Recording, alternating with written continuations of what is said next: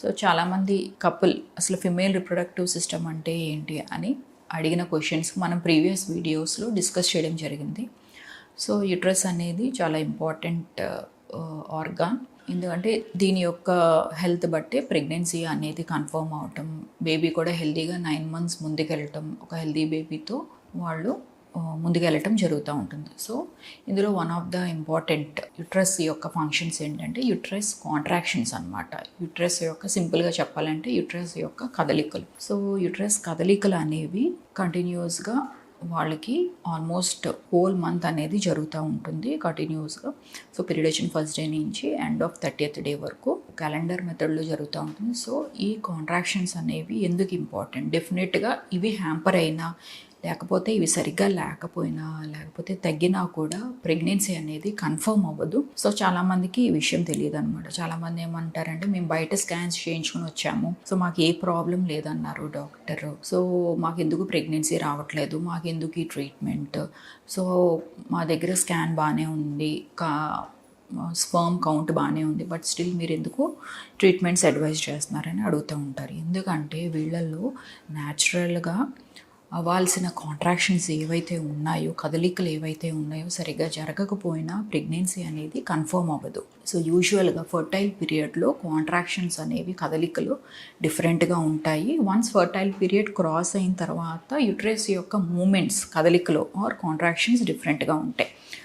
So fertile పీరియడ్లో contractions అనేవి from downwards to upwards ఉంటాయి అన్నమాట. So from down to up ఉండటం వల్ల అయితే దీనివల్ల ఏమవుతుందంటే, ఏదైతే వైఫ్ అండ్ హస్బెండ్ వన్స్ న్యాచురల్గా కలుసుకున్నాక స్పర్మ్స్ ఏవైతే డిపాజిట్ అవుతాయో వెజైనాలో, ఈ యొక్క స్పర్మ్స్ అనేవి పైకి ట్రావెల్ అవటానికి one of the important thing ఏంటంటే ఈ కాంట్రాక్షన్స్ కూడా అనమాట. సో ఈ కాంట్రాక్షన్స్ నార్మల్గా ఫ్రమ్ అబౌవ్ డౌన్వర్డ్స్ ఉండాలి కాబట్టి వన్స్ ఈ స్పర్మ్ మూమెంట్స్ కూడా మెకానికల్గా హెల్ప్ చేస్తాయి.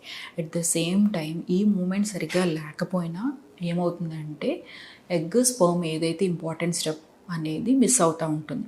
సో దీనికి కారణాలు ఏమిటి? సో ఇది న్యాచురల్ అవ్వకపోవడానికి కారణాలు డెఫినెట్గా ఏమైనా ఇన్ఫెక్షన్స్ ఉన్నా, సో యుట్రస్ కంజెషన్ ఏమన్నా ఉన్నా, ఇన్ఫెక్షన్ ఏమన్నా ఉన్నా, యుట్రస్ ఏమన్నా హార్డ్గా ఉన్నా, లైక్ ఎడినోమయోసిస్ లేదా ఫైబ్రాయిడ్స్ ఉన్న యుట్రస్లో మూమెంట్స్ని ఇవి సరిగ్గా ముందుకెళ్ళనివ్వు అనమాట, హ్యాంపర్ చేస్తాయి. At the same time endometriosis ఏమన్నా ఉన్నా, ప్రీవియస్ సర్జరీస్ ఏమన్నా ఉన్నా, లేకపోతే అబ్డామిన్లో ఇంకేమైనా ఎడేషన్స్ ఉన్నా, అతుకులు ఏమన్నా ఉన్నా కూడా మూమెంట్స్ అనేవి ఫ్రీగా ఉండవు. దీనివల్ల ఏదైతే important step and major step ఏదైతే ఉందో ఫర్టిలైజేషన్, ఎగ్ స్పర్మ్ కలుసుకోవడం అనేది జరగదు.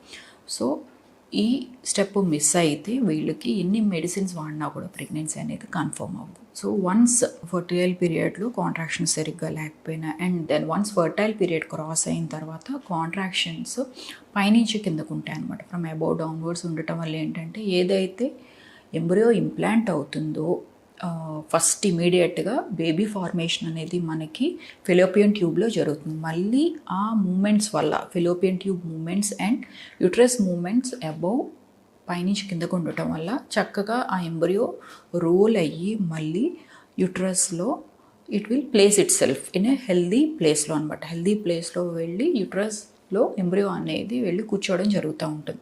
సో ఈ మూమెంట్స్ సరిగ్గా లేకపోతే మూమెంట్స్ని ఏదన్నా డిస్టర్బ్ చేస్తున్నా, డిస్టర్బెన్స్కి కారణం ఏదైనా కూడా బేబీ అనేది ప్రాపర్గా ఇంప్లాంట్ అవ్వకపోయినా ప్రెగ్నెన్సీ అనేది కన్ఫర్మ్ అవ్వదు, లేదా మిస్డ్ అబార్షన్స్ అనేది, ఎక్టోపిక్స్ రావటం అనేది చూస్తూ ఉంటాం.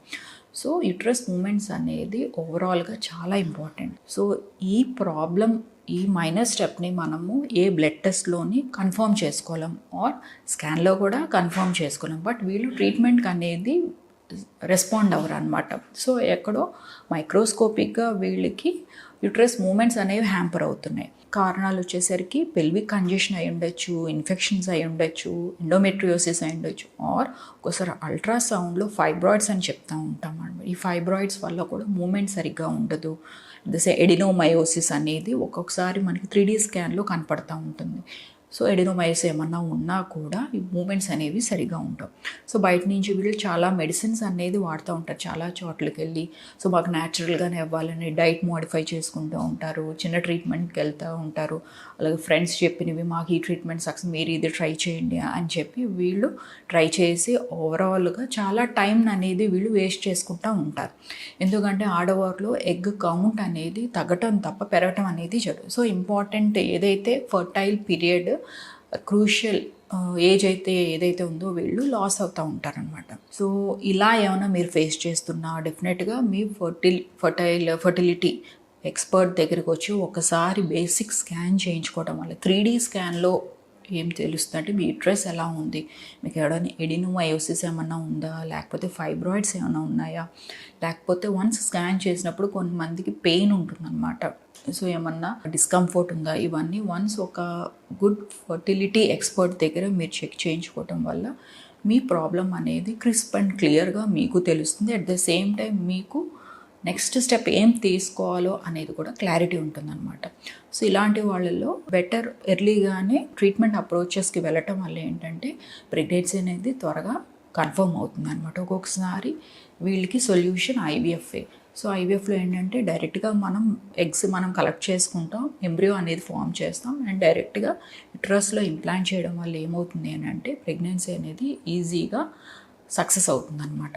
ఇలాంటి కండిషన్తో మీరు కూడా ఏమన్నా ఫేస్ చేస్తున్నా, మీకు కూడా ఎలాంటి డౌట్స్ ఏమైనా ఉన్నా డెఫినెట్గా నన్ను రాజమండ్రి బ్రాంచ్ 49లో కన్సల్ట్ అవ్వచ్చు. Thank you so much.